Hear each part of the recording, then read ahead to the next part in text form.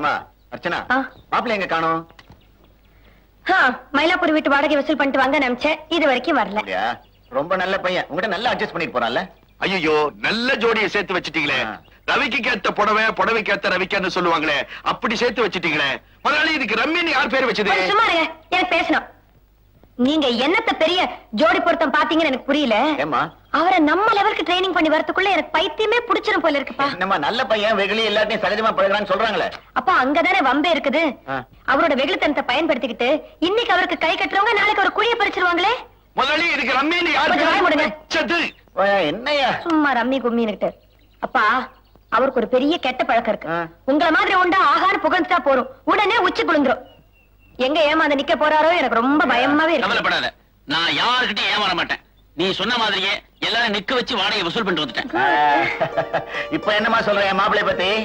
சரிப்பா, இப்படியே புத்திசாலித்தனமா இருந்தாருன்னா ரொம்ப சந்தோஷம். வேண்டாம் வேண்டாம், நீங்க சீட் அடியே தோத்துருவீங்க. இங்க காலையில ஒண்ணுமே சாப்பிடல. இதுக்கு ரம்மின்னு யார் பேர் வச்சது? என்னது இவ்வளவு போடுறேன்? நீ நல்லா சாப்பிடணும், வெயில் அலையறதுல உடம்பு கெட்டு போயிடுமா. மேடம் வரேன். யார் வந்துட்டாங்க? வரேன் வரேன், நிறைய சாப்பிடுங்க. யார் நீங்க? நான் உங்க மயிலாப்பூர் வீட்டுல ஒரு போர்ஷன்ல குடி இருக்கிறவன். உங்களை பாத்துட்டு போலான்னு வந்தேன். உங்க வீட்டுக்காரர் வந்தப்ப நான் வீட்டுல இல்ல. எனக்கு 2 மாசமா வேலை இல்ல, அதனால வாடகை கொடுக்க முடியல. கம்பெனி திறந்தோன்னு நான் வாடகை கொடுத்துறேன். அதை உங்ககிட்ட நேர்ல சொல்லிட்டு போலான்னு வந்தேன். பரவாயில்ல, நீங்க போலாம். ரொம்ப நன்றிங்க. வணக்கம்.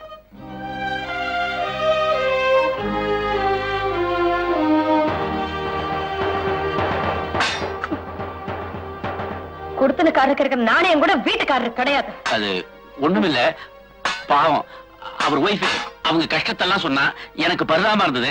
அதான் நான் வாடகை அட்ஜஸ்ட் பண்ணி கொடுத்துட்டேன். உங்களை இழிச்ச உடனே அட்ஜஸ்ட் பண்ணிடுவீங்களே. சீச்சி, அப்படிலாம் ஒண்ணு இல்ல. உங்களுக்கு ஏதோ பணம்? அது அது இந்த மோதிரத்தை, நம்ம கல்யாண மோதிரத்தையா? வேற மோதிரம் என்கிட்ட ஏது?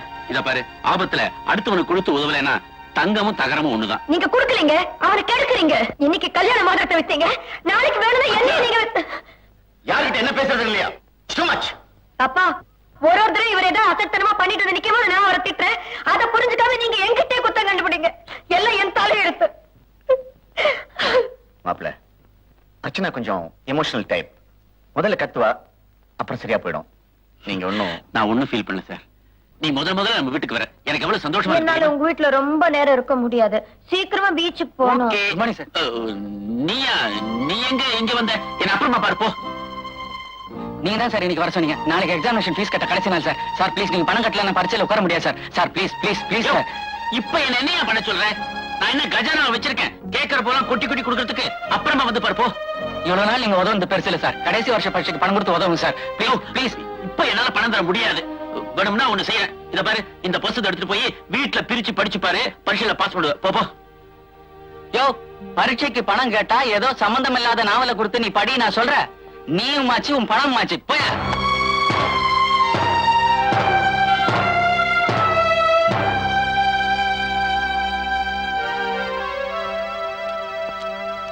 அது இப்படி கொடுங்க, நீங்க போலாம். I said get out. அச்சா, என்ன அப்படி பாக்குற? எண்ணி பாக்குறேன். எதை? கையில் இருக்கிற பணத்தையும் என்ன கட்டிக்கிட்ட உங்களையும். ஏது இவ்வளவு பணம்? இது என்ன கேள்வியா இல்ல விசாரணையா? ரெண்டும் தான். இது உன் பணம் இல்ல, மாசம் முழுக்க ஆபீஸ்ல உழைச்சதுக்காக உங்க அப்பா எனக்கு கொடுத்த சம்பளம். வாட்டெவர் இட் இஸ், இது எங்க அப்பாவோட பணம். இப்படி கண்டவனுக்கும் போற வரவனுக்கு எல்லாம் தூக்கி கொடுக்கறதுக்கு இது ஒண்ணு தர்ம சத்திரம் இல்ல. அச்சனா, என்ன சேர்ந்தவங்களை கண்டாலே உனக்கு பிடிக்க மாட்டேங்குது. ஏழைங்க வீட்டுக்கு வந்தா சொரிசரங்க வந்த மாதிரி அருவருப்பா பாக்குற. உங்களை சொல்லி குத்தம் இல்ல. அந்தஸ்து இல்லாதவங்களை எல்லாம் வீட்டுக்குள்ள ஏத்தினாரே எங்க அப்பா சொல்லணும். மாப்பிள்ள, அவதான் புரியாம பேசிட்டா, நீங்களும் ஆத்திரப்படுறீங்க. என்ன சார், எப்போ எனக்கு தான் அட்வைஸ் பண்றீங்க? இவ்வளவு கொஞ்சம் கண்டிங்க. ஆமாப்பா, இவர் பண்ற தப்புக்கு என்னைய கண்டிங்க. இத பாருங்க, இதே இதுல தானம் பண்ணிட்டு இருந்தாருன்னா ஒரு நாளைக்கு நம்மளும் அவ்வளவுதான். அச்சனா, மாப்பிள்ள, அவ குணம் தான் உங்களுக்கு தெரியுமே. Please please. உங்க அம்மா லேசப்பட்டதில்லம்மா. நம்ம விஷயத்துல அவ பெரிய ராஜதந்திரி. அவ உங்ககிட்ட சொன்னதெல்லாம் என்னவோ நியாயமெல்லாம் அவ பக்கம் இருக்கிற மாதிரியும் குத்தமெல்லாம் நான் செஞ்ச மாதிரியும் சொல்லியிருக்கா. ஒரே பொண்ணுங்கிறதுனால அவங்க அப்பா செல்லம் கொடுத்து வளர்த்துட்டாரு. அந்தஸ்த நினைச்சாவ மத்தவங்க ஃபீலிங்ஸ புரியாம இருந்துட்டா. இப்படித்தான் ராஜவேலன் ஒருத்தர் நம்ம வீட்டுல ரொம்ப நாளா டிரைவரா இருந்தார். ஏழையுடைய உணவை புரிஞ்சுக்காதவ அவரை என்ன செஞ்சா தெரியுமா? ராஜவேலன், இங்க வாங்க. என்னது கண்ணாடி உடைஞ்ச மாதிரி விடாம இருமிக்கிட்டே இருக்கீங்க? டாக்டரை பார்க்க வேண்டியதானே? டாக்டர் கிட்ட போன மாப்பிள ஏதோ டெஸ்ட் பண்ண சொல்லி எழுதி கொடுத்தாரு. டெஸ்ட் பண்ணிக்கிறது? ஏதோ டெஸ்ட் பண்ணி ரிசல்ட் வாங்கிட்டு வந்திருக்கிறேன். அதை கொண்டு போய் காட்டுறதுக்கு தான் நேரம் இல்ல. மேடம் ஏதோ முக்கியமான வேலை இருக்கிறதா சொன்னாங்க.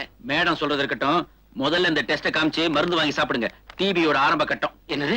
பயப்படாதீங்க, நல்ல மருந்து சாப்பிட்டா சீக்கிரம் குணமாயிடும். பணம் இருக்கா? இல்ல மாப்பிள, 1ஆம் தேதி சம்பளம் வாங்கினாதான் பணம். ஓ, என்னையா அது? பாயசங்க. ராஜவேலண்ணே, இங்க வாங்க. முதல்ல இந்த பாயசத்தை சாப்பிட்டுட்டு இந்த வெள்ளி டம்ளரை வித்து மருந்து வாங்கி சாப்பிடுங்க. மாப்பிள, ஆபத்துக்கு பாவம் கிடையாது. சஞ்சீவி அர்ச்சனா என் கல்யாணத்துக்கு வந்த பிரசன்டேஷன் தான். இதே மாதிரி வேற டம்ளர் வாங்கி வச்சிடறேன். இல்ல தொலைஞ்சு போச்சுன்னு சொல்லிடுறேன். போங்க. அட போங்கண்ணா. கொடுத்ததெல்லாம் கொடுத்தான், அவன் யாருக்காக கொடுத்தான்? நான் தற்செயலா நகை கடைக்கு போனதுனாலதான் உங்களோட மதிப்பை எடை போட முடிஞ்சது. ரொம்ப வருஷமா இந்த வீட்டுல வேலை பண்றீங்கிற காரணத்தினால போலீஸ் கம்ப்ளைண்ட் கொடுக்க விரும்பல. ச்சே, சோறு போட்ட வீட்லயே திருடுறீங்களே, உங்களுக்கு எல்லாம் வெக்கமா இல்ல? அம்மா, அவசரப்பட்டு வார்த்தையை குட்டிடாதீங்கம்மா. இந்த விஷயத்தை ரொம்ப கிளர்னா பலருடைய வருத்தத்துக்கு ஆளாகணும். அனாவசியமா பேச வேண்டாம். நீங்க இங்க வேலை செய்யறது எனக்கு இஷ்டம் இல்ல. உங்க சம்பள பாக்கிய கேட்டு வாங்கிட்டு நீங்க போலாம். அர்ச்சனா, நான் சொல்றது கேளு. உன் கோபத்தினால நல்லவங்களையெல்லாம் நீ ஒதுக்குற. இத பாருங்க, இது வீட்டு நிர்வாக பிரச்சனை. தயவு செஞ்சு நீங்க இதுல தலையிட வேண்டாம். இந்தாங்க.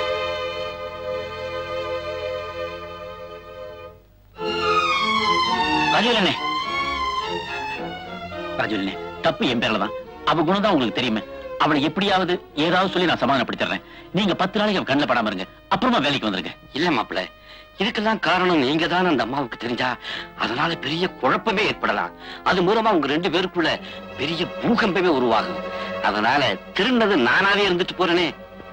என்னன்னு இது? இது பாரு மாப்பிள, இங்க இல்லைனாலும் எங்க போனாலும் எனக்கு வேலை கிடைக்கும். டிரைவர் உத்தியோகம் தான். ஆனா உங்களுக்கு வெளியில வேற இடத்துல இந்த வேலை கிடைக்காது. மாப்பிள உத்தியோகம். ஒண்ணு சொல்றேன், இனிமேலாவது புருஷனா மனுஷனா வாழ கத்துக்குங்க. வர்றேன். எங்களுக்குள்ள இருந்த புகைச்சல் பிளவா மாறி பிளவு பூகம்பமா வெடிச்சது. உங்க அம்மா உன்னை வயத்துல சுமந்துட்டு இருந்த சமயம், வளகாப்பு விழாவெல்லாம் பிரமாதமா முடிஞ்சு எல்லாரும் ஊருக்கு புறப்பட்டு இருந்த நேரம். தம்பி, நான் போயிட்டு வரேன். என்னம்மா அது, வந்த உடனே புறப்படுறீங்களே? 2 நாள் தங்கிட்டு போக கூடாதா? இல்லைங்க, அவர் வேற கேம்ப் போயிருக்காரு. வீட்டுல எல்லாம் போட்டது போட்டபடியே கிடக்கு. நான் போய் தான் எல்லாம் கவனிக்கணும். அப்ப நான் வரேங்க. சரி வாங்க. சரி, போயிட்டு வாங்க. யாரும் வெளியே போவாதீங்க, அப்படியே நில்லுங்க. எல்லாரோட பொட்டி பையெல்லாம் சோதனை போடணும். என்னம்மா, என்னாச்சு? அப்பா, நான் இந்த விரல்ல போட்டிருந்த வைர மோதிரம் அது பாத்ரூம்ல கட்டி வச்சிருந்தா திடீர்னு காணாம போயிடுச்சு. மேனேஜர், பாரபட்சம் இல்லாம எல்லாரோட பொட்டி எல்லாம் சோதனை போடுங்க. நான் ஊருக்கு புறப்பட்டு இருக்கேன். முதல்ல என் பையன் பாத்துக்கோமா. அக்கா, மடியில கனம் இருந்தா தானே தம்பி வழியில பயம். அப்படியே உங்க மனுஷங்களையும் சோதனை போட சொல்லுமா. அந்த பக்கம்.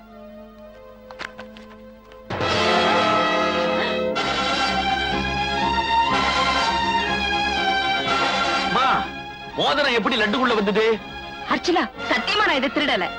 நீங்க திருடினீங்க நான் சொல்லலையே, லட்டு சொல்லுது. இவ்வளவு பெரிய லட்டு இருந்தாதான் இலையிலேயே ஒரு அந்தஸ்தா இருக்கும். அது என்னது வரமாட்டேங்குது. எனக்கு பிடிக்க வரல. சின்னதா பிடிக்கணுமா? எனக்கு இந்த வேலையை வேணாம். கையை தொடச்சிட்டு போ. அர்ச்சனா, இவங்க எல்லாம் சேர்ந்து லட்டு செஞ்சுட்டு இருந்தப்போ கொஞ்சம் பெருசா செய்ய நீ செஞ்சு காட்டினல. அப்ப உனக்கே தெரியாம இந்த மோதிரம் நிழல் லட்டுக்குள்ள போயிருக்கும். ஆஹா, அக்கா பண்ண தப்ப அழகாவே ஜோடனை பண்றீங்களே. உங்களை சொல்லி குத்தம் இல்லைங்க. ஏப்பா, அன்னைக்கு இவரு மோதிரத்தை வித்து வாடகை கொடுத்த போதும், திருட்டுத்தனமா ரூபா நோட்டை புத்தகத்துல வச்சு கொடுத்த போதும் நான் சொன்னேன் தப்பு செய்யறாருன்னு. அதுக்கு நீங்க என்ன சொன்னீங்க? என் மாப்பிள்ள மாதிரி வருமா, அவருக்கு தாராள குணம், அவர் ரொம்ப வெகுளின்னு சொன்னீங்களே.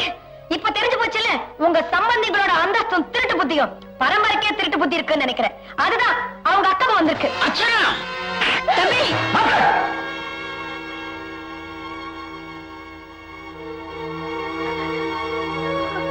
நல்ல நாளும் அதுமா ஏன்பா கர்ப்பிணி பொண்ணுகிட்ட சண்டை போடுறேன்?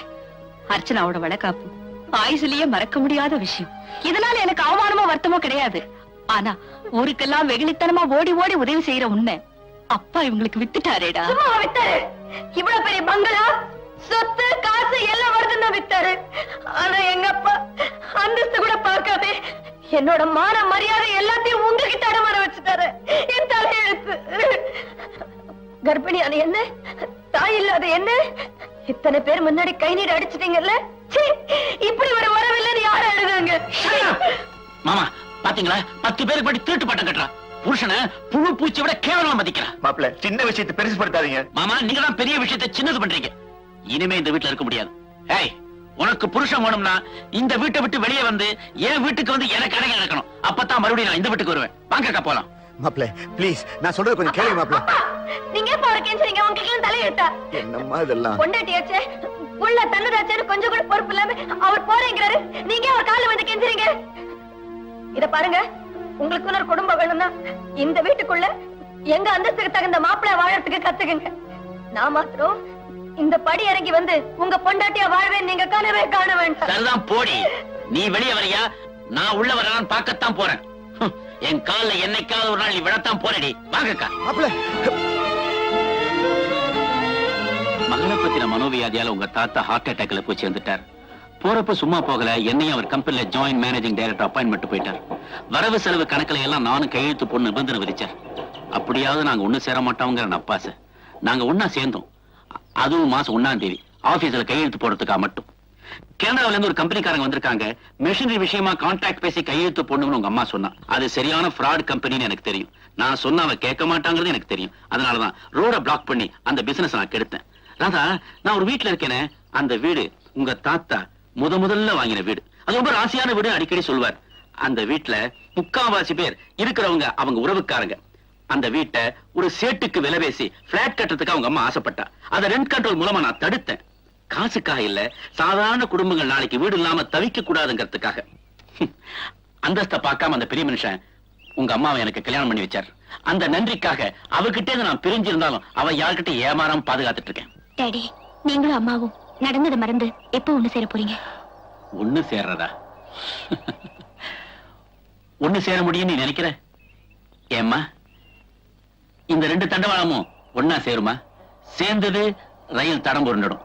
அப்படித்தான் நானும் உங்க அம்மாவும்.